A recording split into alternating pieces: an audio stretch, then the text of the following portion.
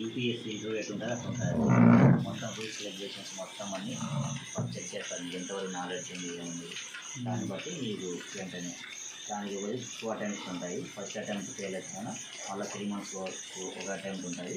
అది మిస్ అయితే కానీ 1 year మళ్ళీ 1 year ఒక అటెంప్ట్ ఉంటుంది. అటెంప్ట్లో మీరు చేసుకోవచ్చు. శాలరీస్ కూడా మంచిగా ఉంటాయి.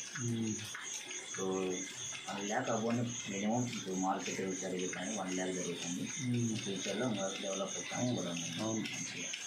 ఇప్పుడు ఎన్ని ఉన్నాయి కదా, ఎన్నిట్లో తక్కువ రావడం కష్టం. లెవెల్గా లూజ్ ఉంది, అది మోటార్ లూజ్ ఉంది, తిరుగుతుంది. అంటే దీనికి లాక్ లేదా? లాక్ సిస్టమ్ కావాలి.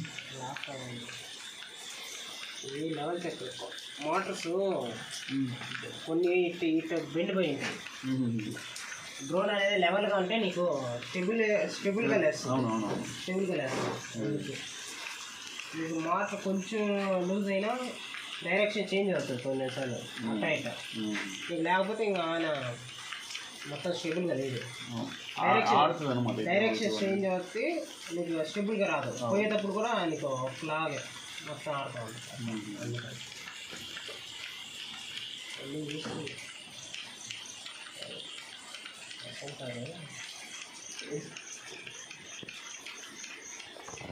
ఒక్కొక్క విలేజ్ పంపిస్తుంది కదా, తిరిగేసి పంపించవచ్చు కదా. లేదు, ఇప్పుడు పాతవి వచ్చేసి క్లస్టర్లో ఉంటాయి అన్నమాట. వెంటనే ఫార్వర్డ్ చేసి ఉంటారు.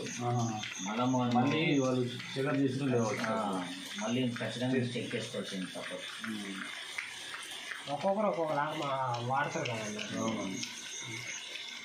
ఖచ్చితంగా pre flight checks, post flight checks ఉంటాయి అన్నమాట. అంటే ప్రీ ఫ్లైట్ చెక్స్ అంటే మనం ఫ్లై చేయడం ముందు మనకి మొత్తం డ్రోన్ కండిషన్ ఉందా, మంచిగా ఉందా లేదా అని మ్యాండేటరీ ప్రీ ఫ్లైట్ చెక్స్ అయ్యాయి కదా.